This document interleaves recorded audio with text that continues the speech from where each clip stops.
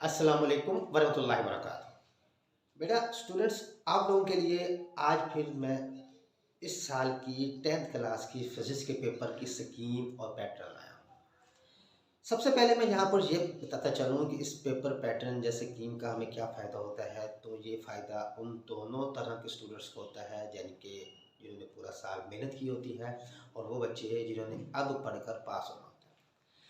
लेकिन जिन्होंने पूरा साल मेहनत की है, अब उनके पास जब पेपर का टाइम आएगा, रिवीजन का टाइम कम होगा, क्योंकि तमाम सब्जेक्ट्स की तैयारी करनी है, तो उन्हें ये स्कीम देखकर एक अंदाज़ा हो जाता है कि मैंने किस चैप्टर पर ज़्यादा फोकस करना है और किस चैप्टर पर मैंने कम फोकस करना है। यानी कि स्मार्टली उसमें कम टाइम में ज़्यादा नंबर हासिल करने का तरीका। दूसरी बात, वो स्टूडेंट्स जिन्हें अब पेपर की तैयारी करनी है और अब पास होना है, उनको इस स्कीम को देखकर एक बात का अंदाज़ा हो जाएगा कि मैं अगर इन इन चैप्टर्स को तैयार कर लूँ और मैं ये चीज़ तैयार कर लूँ तो मैं विदिन 1 मंथ पढ़कर आसानी से पास हो सकता हूँ। चलते हैं आज की स्कीम की तरफ, जो तमाम बोर्ड्स के लिए है, चाहे लाहौर हो, गुजरावाला हो, फैसलाबाद हो, तमाम बोर्ड्स के लिए पेपर पैटर्न भी और स्कीम भी फिजिक्स की फॉर 10th क्लास के। इसमें चलते हैं तो हमें पता है कि सबसे पहले हमारा जो फिजिक्स का पेपर है बेटा वो 60 मार्क्स का होता है आपके पास। इस 60 मार्क्स में आसानी से पास होने वाले बच्चे 30 मार्क्स ले सकते हैं, और जो बच्चे पढ़ने वाले हैं वो तो 60 आउट ऑफ 60 ले सकते हैं। स्मार्टली इसके अकॉर्डिंग तैयारी करें और पूरे नंबर हासिल करें। देखते हैं कैसे। सबसे पहली बात, आपका जो क्वेश्चन नंबर 1 होगा बेटा वो कंसिस्ट होगा एमसीक्यूज पर। और एमसीक्यूज में अगर देखा जाए तो मुझे अंदाजा हो जाएगा कि किस चैप्टर के एमसीक्यूज ज्यादा इंपॉर्टेंट है। जैसे कि आपका चैप्टर नंबर 10, वहां से बेटा आपका एक एमसीक्यू आ रहा है। चैप्टर नंबर 11, वहां से भी आपका एक एमसीक्यू आना है। चैप्टर नंबर 12 बेटा वहां से आपके 2 एमसीक्यूज आने हैं। चैप्टर नंबर 13 से भी 1 एमसीक्यू है। चैप्टर नंबर 14 से 2 एमसीक्यूज है। चैप्टर नंबर 15 में 1 एमसीक्यू है। चैप्टर नंबर 16 से 2 एमसीक्यूज है। चैप्टर नंबर 17 से 1 और चैप्टर नंबर 18 से 1 एमसीक्यू। इनको देखने के बाद मुझे अंदाजा हो गया कि मेरे पास चैप्टर नंबर 16, चैप्टर 14 और चैप्टर 12 इनके एमसीक्यूज को मैंने ज्यादा अच्छे तरीके से तैयार करने हैं, क्योंकि यहाँ पर 2 एमसीक्यू आने हैं। 6 मार्क्स आपके एमसीक्यूज के यहाँ है, बाकी 6 मार्क्स रिमेनिंग चैप्टर से हैं। तो मुझे अंदाजा हो गया कि मेरे पास एक तरीका बन गया कि मैंने इन चैप्टर के एमसीक्यूज को ज्यादा फोकस करना है। आगे चलते हैं शॉर्ट क्वेश्चन। बेटा सबसे पहली बार शॉर्ट क्वेश्चन की है आपके पेपर में पास होने के लिए भी और हाईएस्ट मार्क्स लेने के लिए भी। उसके लिए बेटा आपको शॉर्ट क्वेश्चन पर लाजमन बहुत फोकस करना पड़ता है।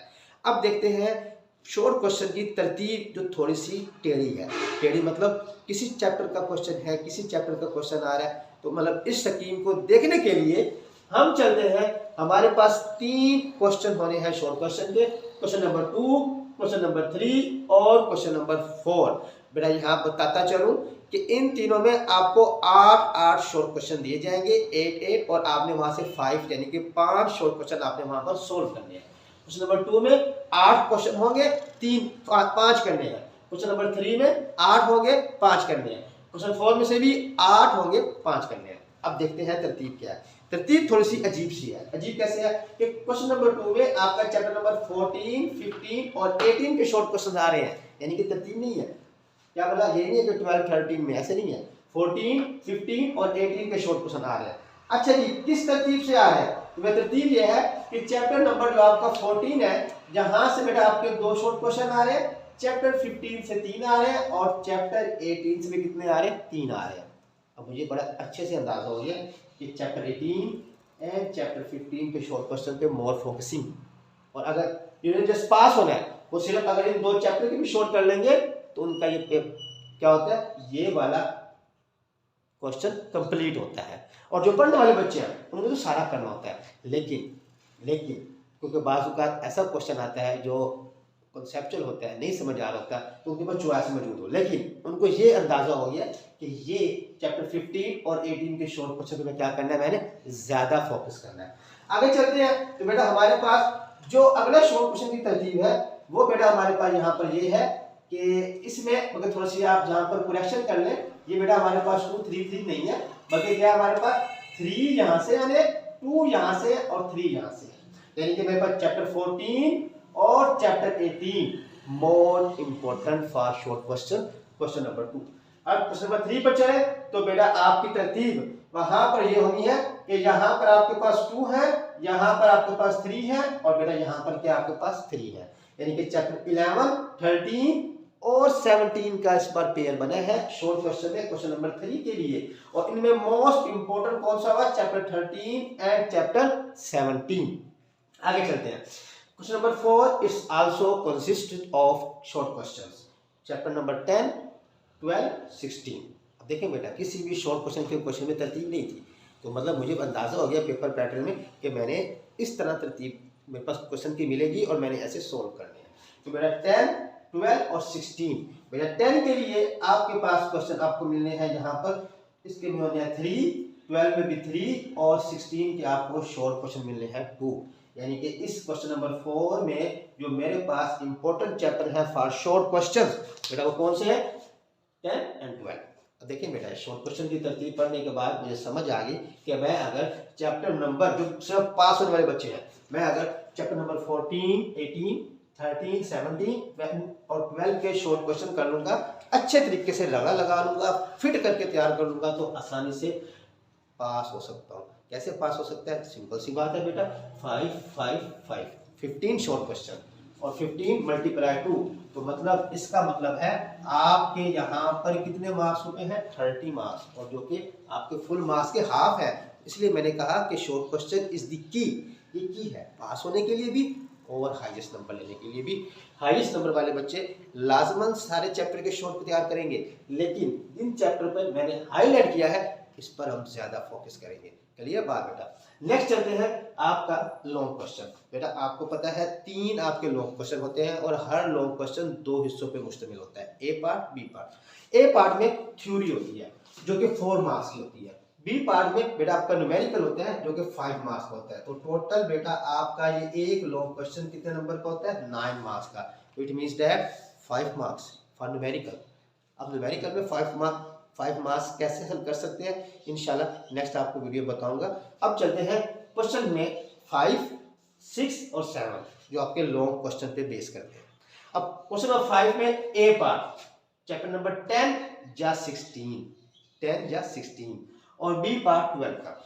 यानी कि मैं ये नहीं कह रहा कि ये थ्योरी है ये न्यूमेरिकल, ऐसा नहीं है, चेंजिंग भी हो सकती है, लेकिन मोस्ट प्रोबेबली चांसेस ऐसे ही तरतीब से आने के होते हैं। अब देखिए 10 या 16 मोस्टली क्वेश्चन आता है चैप्टर नंबर 16 से लॉन्ग, लेकिन कभी कभी एग्जामिनर जैसे कि पिछले साल भी हुआ उन्होंने चैप्टर नंबर 10 से लॉन्ग क्वेश्चन ले लिया। तो इसलिए पहला अगर आपको लॉन्ग करना है तो उसमें चैप्टर नंबर 10, चैप्टर नंबर 16 और चैप्टर नंबर 12 इसको आपने क्या करना है, अच्छे तरीके से तैयार करना है। यानी कि 10 और 12 की थ्योरी भी और न्यूमेरिकल की भी, और 16 के न्यूमेरिकल है ही नहीं हमारे पास, इसलिए उनके न्यूमेरिकल को तैयार करने की जरूरत नहीं है। क्वेश्चन नंबर 6 बेस करता है लॉन्ग क्वेश्चन पर, 2 पार्ट ए और बी। ए पार्ट का जो बेटा आपका क्वेश्चन होना है वो चैप्टर नंबर 11 या 13 से होना है, 11 या 13 से, और बी पार्ट 17 से होगा। मोस्ट प्रोबेबल चांसेस तरतीब ऐसे ही होगी, लेकिन ये कंफर्म नहीं होती, यानी कि ये न्यूमेरिकल भी आ सकता है और न्यूमेरिकल नहीं भी आ सकता, और ये बेटा आपका थ्योरी वाला क्वेश्चन भी हो सकते हैं। और चैप्टर 11 या 13 अगर आपको दूसरा लॉन्ग तैयार करना है, चैप्टर 11, 13 और 17 तैयार करना होगा। तीसरा लॉन्ग क्वेश्चन तो कंसिस्ट करता है चैप्टर नंबर 14 या 15 पर और 18 पर। तो मुझे अब अंदाजा हो गया ये सुनने के बाद कि चैप्टर 3 का है, क्वेश्चन 2 करने हैं, तो मतलब अगर मैं अपनी बुक के 6 चैप्टर तैयार कर लूँगा लॉन्ग के लिहाज से, तो मेरे 2 लॉन्ग क्वेश्चन कंप्लीट होते हैं। जो बच्चे जस्ट पास होना चाहते हैं, अब उनको की मिल गई और वो इसी स्कीम को फॉलो कर ले, इसी को न्यूमेरिकल रख के फॉलो कर ले, तो मोस्ट प्रोबेबल चांसेस है यही होगा, लेकिन कंफर्म नहीं होता। अब बेटा इसकी पेपर प्रिंट फॉर्म अभी आपके सामने स्क्रीन पे शो हो जाएगी। ये आपका पेपर पैटर्न है। यहाँ पर मैं कुछ बताता चलूँ कि बेटा अगर आप पढ़ने वाले बच्चे हैं, आपके पास एक्स्ट्रा टाइम है, तो आप लाजमन एक्स्ट्रा शॉर्ट क्वेश्चन कीजिएगा। क्यों? क्योंकि बाजू का एग्जामिनर बहुत अच्छे लोग होते हैं, वो आपके एक्स्ट्रा क्वेश्चन को काउंट करते हैं। अगर ऊपर से कोई क्वेश्चन आपका रॉन्ग भी हो जाए, उसके मार्क्स कम भी हो, तो नीचे अगर आपका क्वेश्चन जो एक्स्ट्रा था बिल्कुल ठीक था, उसके मार्क्स आपको दे देगा। और यहाँ बेटा याद रखिएगा पेपर करते वक्त सबसे पहले वही क्वेश्चन कीजिएगा, बेशक वो क्वेश्चन 2 हो, 3 हो, 4 हो या कोई लॉन्ग क्वेश्चन हो जो आपको सबसे अच्छे तरीके से आता हो। बाकी इंशाल्लाह अगर आप लोगों को फिजिक्स का कोई भी लॉन्ग क्वेश्चन मुझसे समझना चाहते हैं आसान तरीके से, तो बेटा कमेंट बॉक्स में बताइएगा। अल्लाह ताला आप सब लोगों को कामयाब करे। आमीन सुम आमीन। अल्लाह हाफिज़।